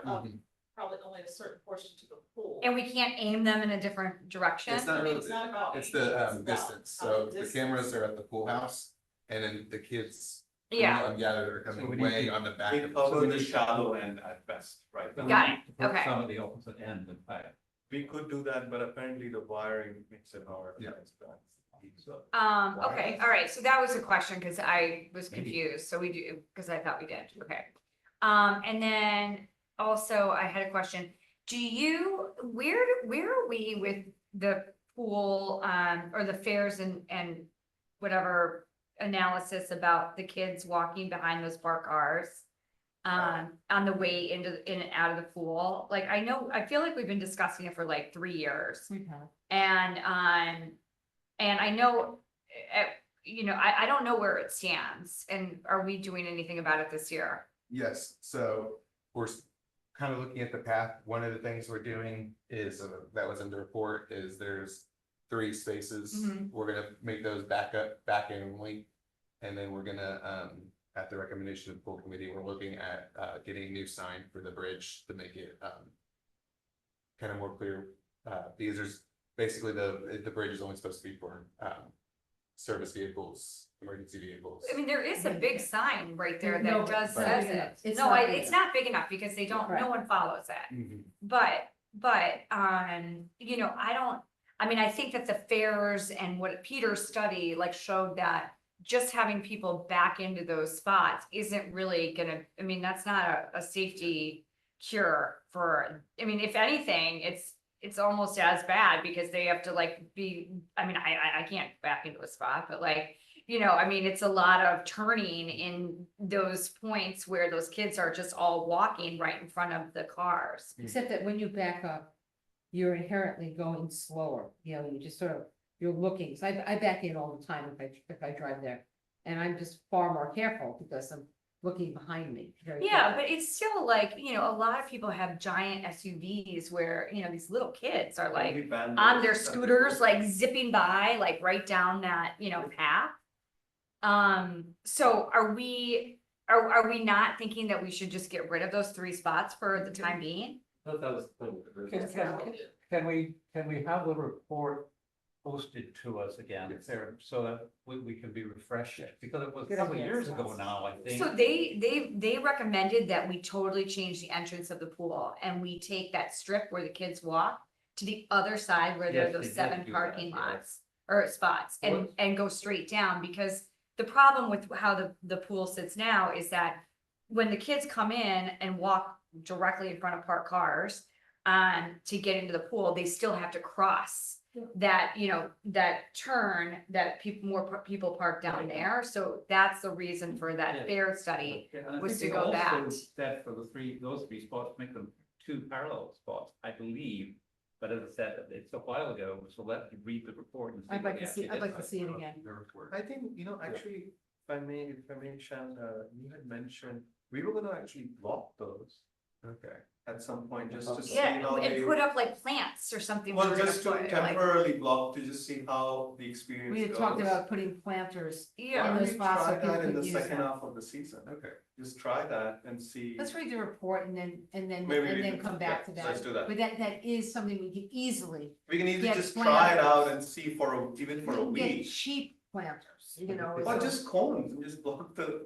cones won't do it. But So, yeah. I think planners. we could yeah, just I mean, try I it. just So, think those 3 topic spots for aren't next month. necessary. We We have have two to set different a third. things. Huh? I have one item before we go. So several council members have suggested that we cancel the August meeting. And what I would like to suggest that we do that.